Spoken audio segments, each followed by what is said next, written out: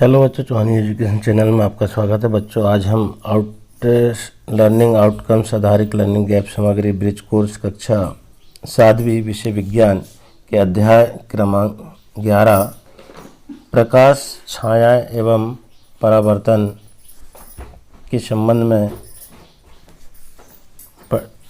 अध्ययन करेंगे, जिसमें लर्निंग आउटकम्स S610 डिजाइन बनाने, योजना बनाने एवं उपलब्ध संसाधनों का उपयोग करने में रचनात्मकता का प्रदर्शन करते हैं।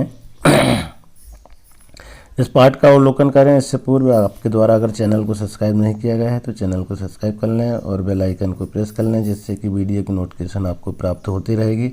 एवं वीडियो को लाइक एवं शेयर जरूर करें। बच्चों, देखेंगे हम रात्रि के समय जब पूर्ण अंधकार होता है, पूरा अंधेरा होता है, तब हम अपने चारों ओर स्थित किसी भी वस्तु को नहीं देख पाते, लेकिन जब हम कोई टार्च या मोमबत्ती जलाते हैं तो उस स्थान पर स्थित वस्तु को हम देख सकते हैं। बिना प्रकाश के वस्तुओं को नहीं देख सकते। प्रकाश वस्तुओं को देखने में हमारी सहायता करता है। जो वस्तुएं सूर्य की तरह स्वयं प्रकाश का उत्सर्जन करती है उन्हें दीप्त पिंड कहते हैं। दीप्त वस्तुओं जैसे सूर्य, टार्च, विद्युत बल्ब आदि का प्रकाश जब किसी अन्य वस्तु जैसे कुर्सी, जूता, चित्र, कार, पौधे पर पड़ता है तब हम इन्हें देख पाते हैं। पारदर्शी, अपारदर्शी और परभासी। यदि हम किसी वस्तु के आर पार को नहीं देख सकते हैं तो वह अपारदर्शी वस्तु है, जैसे दीवार, पुस्तक, लकड़ी या लोहे का दरवाज़ा। यदि हम किसी वस्तु के आर पार देख सकते हैं तो वह वस्तु प्रकाश को अपने अंदर से होकर जाने देती है। ऐसी वस्तु को पारदर्शी कहते हैं, जैसे हवा, पानी, कांच आदि। कुछ वस्तुओं के आर पार देख सकते है परंतु बहुत स्पष्ट नहीं, ऐसी वस्तु को पारभासी कहते हैं, जैसे तेल लगा कागज, घिसा हुआ कांच आदि। अब आगे देखेंगे हम छाया वास्तव में क्या होती है। तो छाया कब बनती है, इस पर विचार करने पर हम पाते हैं कि छाया देखने के लिए हमें कोई प्रकाश स्रोत या प्रकाश स्रोत तथा प्रकाश के पथ में कोई अपारदर्शी वस्तु चाहिए, क्योंकि पारदर्शी वस्तु प्रकाश को अपने अंदर में जाने नहीं देती, जिससे वह वस्तु की छाया हमें पर्दे पर दिखाई देती है। हमें छाया केवल पर्दे पर ही दिखाई देती है। जमीन, कमरे की दीवार, इमारतें अथवा इस प्रकार की अन्य सतह आपको दैनिक जीवन में दिखाई देने वाली छायाओं के लिए पर्दे की तरह कार्य करती है। छाया से हमें वस्तुओं की आकृति के बारे में कुछ जानकारी प्राप्त होती है। कभी कभी तो छाया हम सभी को भी वस्तु की आकृति के बारे में भ्रमित भी कर सकती है। छायाओं का बनना तभी संभव है जब प्रकाश केवल सरल रेखा में गमन करें। हम चित्र के माध्यम से देख सकते हैं, यहाँ मोमबत्ती की ओर एक सीधे यहाँ पर इसका प्रकाश देखा जा रहा है। बच्चों के द्वारा एक प्रकाश कैसे, और इसमें तिरछा करके देखा जा रहा है, तो मोमबत्ती की ओर बी मुड़े हुए पाइप के द्वारा देखते हुए। अब यहाँ पर हम चित्र ए में हम सीधे पाइप द्वारा जलती हुई मोमबत्ती को देख सकते हैं, जबकि चित्र बी में मुड़े हुए पाइप द्वारा जलती हुई मोमबत्ती दिखाई नहीं देती है।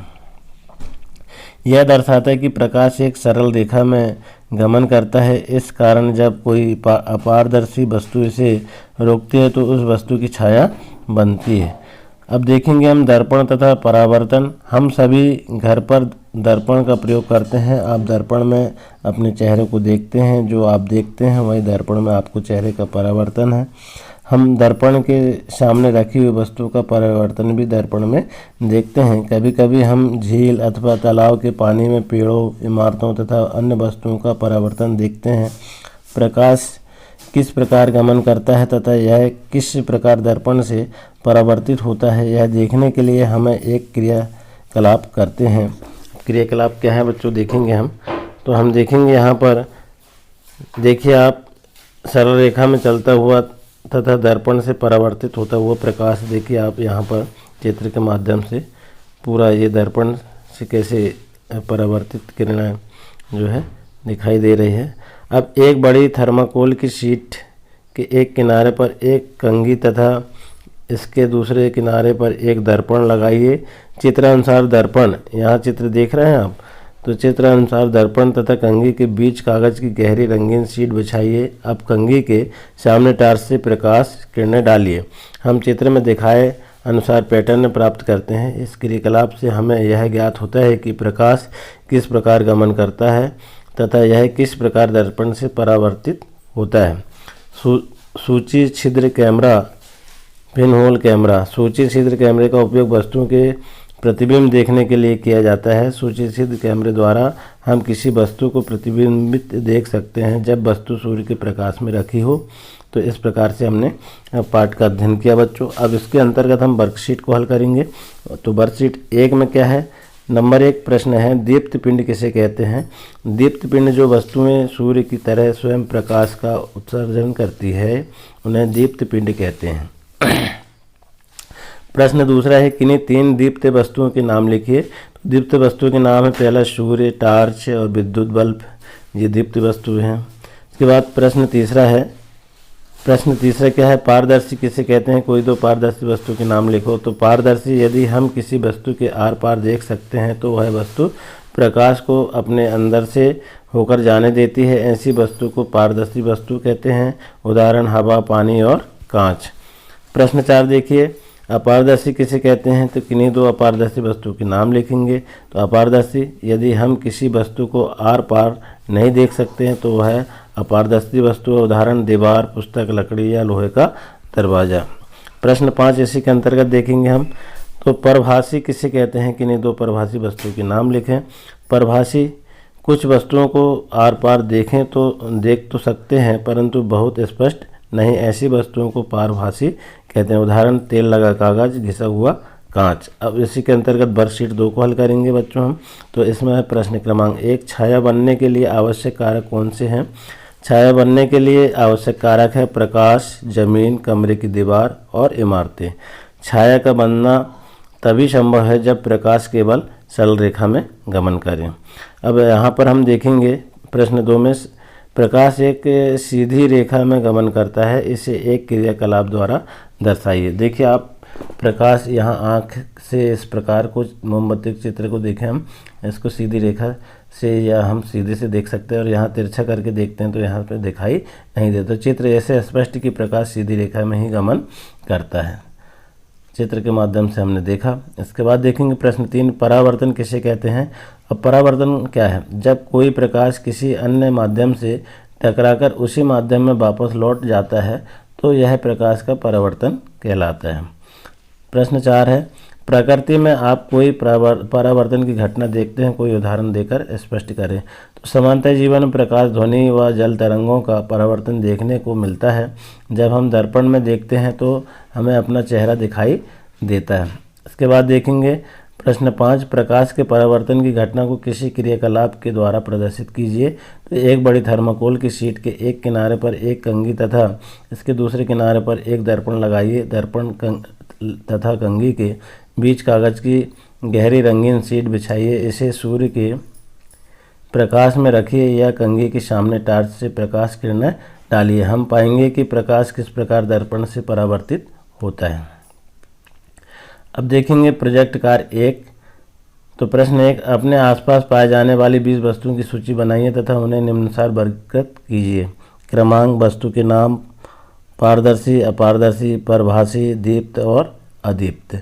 हमने सूची बनाया। दीवार क्या है, अपारदर्शी है। पुस्तक क्या है, अपारदर्शी है। लकड़ी क्या है, अपारदर्शी है। लोहा अपारदर्शी है। अब यहाँ देखेंगे हवा पारदर्शी, पानी पारदर्शी, कांच पारदर्शी, तेल लगा कागज ये क्या है, परभासी है। घिसा हुआ कांच ये क्या है, परभासी है। दरवाज़ा अपारदर्शी है। सूर्य दीप्त है। तो इस प्रकार में सूची बनाया। इसके बाद दूसरी इसी में देखेंगे हम प्लास्टिक कांच क्या है। अब प्लास्टिक कांच क्या है देखेंगे हम इसमें, तो वो अपारदर्शी है और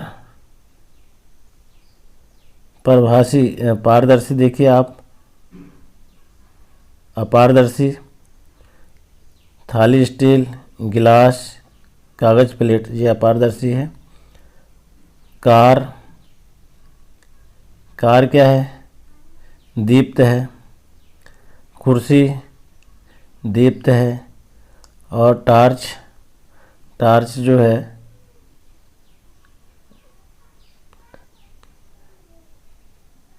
कार अदीप्त है, कुर्सी अदीप्त है, और यहाँ जो टार्च है वो दीप्त है, बल्ब दीप्त है और कुर्सी अदीप्त है। तो इस प्रकार से ये सूची तैयार हो जाती है। इसके बाद देखेंगे प्रोजेक्ट कार्य 2।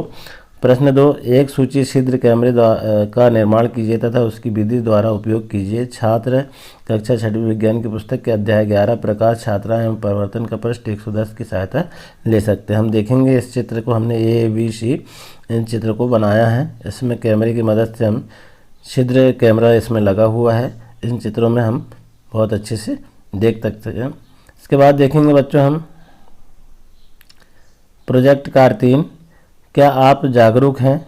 जवाब हाँ या ना। क्या आप किसी खाली जगह या अपने घर में, स्कूल में इस्तेमाल होने पर चलते विद्युत उपकरण को बंद करते हैं? ना।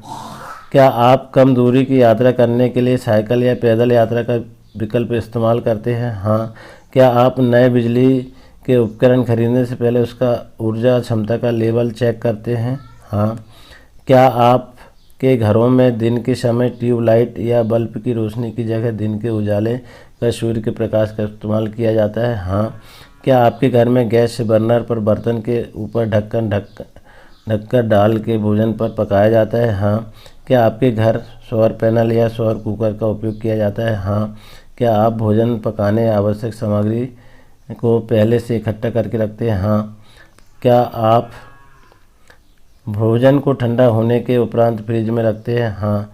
क्या आप अपने फ्रिज को बहुत ज़्यादा ठंडे मोड में सेट करके रखते हैं? ना। क्या आपके घर पानी गर्म करने के लिए इमर्शन रॉड का इस्तेमाल होता है?